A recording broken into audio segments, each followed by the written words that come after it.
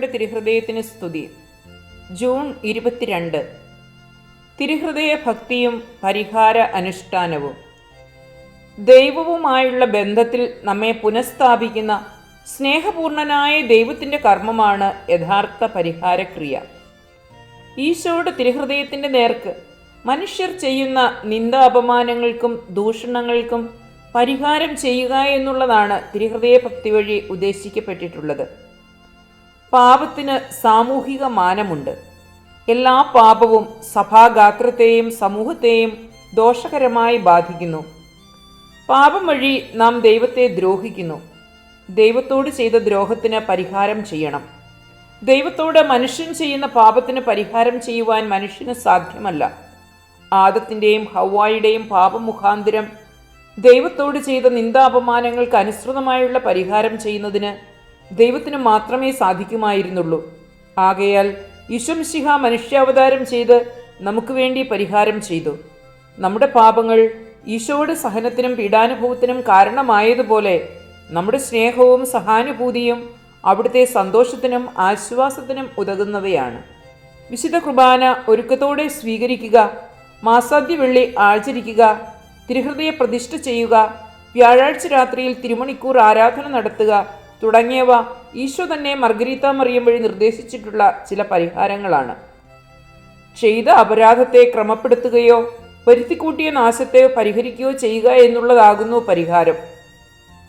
പരിഹാരം എന്ന വാക്കിനെ തിരുഹൃദയ ഭക്തിയുമായി ബന്ധിപ്പിക്കുമ്പോൾ മനസ്സിലാക്കുക, രാപകൽ ദിവ്യസക്രാരിയിൽ എഴുന്നള്ളിയിരിക്കുന്ന ഈശോ വിശുദ്ധ കുർബാനയിൽ അനുഭവിക്കുന്ന നിന്ദാപമാനങ്ങൾക്കും നന്ദികേടുകൾക്കും മനുഷ്യരുടെ എല്ലാ അശുദ്ധ പ്രവൃത്തികൾക്കും നാം പരിഹാരം ചെയ്യേണ്ടിയിരിക്കുന്നു എന്നാണ്. നമ്മുടെ കർത്താവിൻ്റെ തിരുഹൃദയത്തോട് മനുഷ്യർ ചെയ്യുന്ന ദ്രോഹങ്ങൾക്ക് പരിഹാരം ചെയ്യണമെന്ന് പ്രത്യക്ഷീകരണ വേളയിൽ ഈശോ മർഗരീത്ത മറിയത്തോട് ആവശ്യപ്പെട്ടു. ഉത്ഥിതനായി സ്വർഗത്തിൽ പിതാവിൻ്റെ വലതുഭാഗത്ത് സാനന്ദം വാഴുന്ന ക്രിസ്തുവിന് നമ്മുടെ പരിഹാര പ്രവൃത്തികൾ എങ്ങനെയാണ് ആശ്വാസം പ്രദാനം ചെയ്യുക? വിശുദ്ധ അഗസ്തീനോസ് ഇതിന് മറുപടി നൽകുന്നത് ഇപ്രകാരമാണ്: സ്നേഹിക്കുന്ന ഒരാളെ എനിക്ക് തരിക, ഞാൻ പറയുന്നതെന്തും അയാൾ മനസ്സിലാക്കും. മനുഷ്യരിൽ അധികം പേരും ഈശോയുടെ ഹൃദയത്തിൻ്റെ അപരിമേയമായ സ്നേഹത്തെ അവഗണിക്കുന്നതിനാൽ ഈശോയുടെ ദിവ്യഹൃദയം അനുഭവിക്കുന്ന വേദനയെ ശമിപ്പിക്കുന്നതിനായി നമ്മിൽ നിന്നും സഹതാപവും പരിഹാരവും അവിടുന്ന് പ്രതീക്ഷിക്കുന്നു. പലരും തിരുഹൃദയത്തെ വിസ്മരിച്ച് ജീവിക്കുന്നു. ക്രിസ്തുവിനെ അറിയാത്തവരും അറിഞ്ഞിട്ടും അവിടുത്തെ നിഷേധിക്കുന്നവരും നിന്ദിക്കുകയും സഭയെ രൂക്ഷമായി പീഡിപ്പിക്കുകയും ചെയ്യുന്നവരും അവിശ്വാസികളും സഭയുടെ സനാതന സത്യങ്ങളെ അവഹേളിക്കുന്നവരുമായ ധാരാളം പേർ ഇന്നുമുണ്ട്. നമ്മുടെ ഓരോ പാപവും ക്രിസ്തുവിൻ്റെ പീഡാനുഭവത്തെ നവീകരിക്കുന്നു.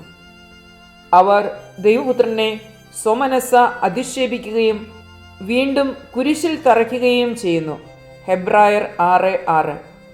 സുഹൃത്തുക്കളാൽ ഉപേക്ഷിക്കപ്പെട്ട സങ്കീർത്തകൻ വഴി ക്രിസ്തു നമ്മോട് ഇങ്ങനെ സംസാരിക്കുന്നു: നിന്ദനം എൻ്റെ ഹൃദയത്തെ തകർത്തു, ഞാൻ നൈരാശ്യത്തിലാണ്ടു.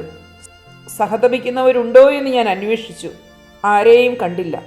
ആശ്വസിപ്പിക്കുന്നവരുണ്ടോ എന്ന് നോക്കി, ആരും ഉണ്ടായിരുന്നില്ല. സങ്കീർത്തനം 69:20. ക്രൈസ്തവ പരിഹാരത്തെ വെറും ബാഹ്യമായ പ്രവർത്തനങ്ങളുടെ ഒരു കൂട്ടമായി മനസ്സിലാക്കാനാകില്ല. അവ എത്ര തന്നെ അനിവാര്യവും ചില നേരത്ത് അഭിനന്ദനീയവും ആണെങ്കിൽ പോലും ഇവയ്ക്ക് അനിർവചനീയമായ ആത്മീയ ശക്തി, ഒരു ആത്മാവ്, ശക്തിയും ആർജവത്വവും അക്ഷീണമായ സർഗാത്മകതയും പ്രദാനം ചെയ്യുന്ന ഒരു അർത്ഥം ആവശ്യമാണ്.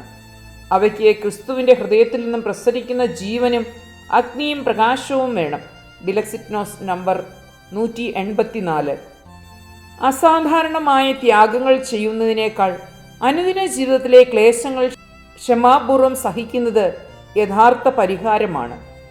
ദൈവ തിരുമനസ്സിനെതിരായ പ്രവൃത്തിയാണ് പാപം. അതിനാൽ പാപത്തെ വെറുക്കുകയും അതിൽ നിന്ന് ഓടി അകലുകയും നിരന്തര പ്രാർത്ഥനയാലും ക്ഷമാപൂർവമായ സഹനത്താലും ദൈവഹിതത്തിന് തന്നെ പൂർണ്ണമായി സമർപ്പിക്കുന്നതും പരിഹാര പ്രവൃത്തിയാണ്.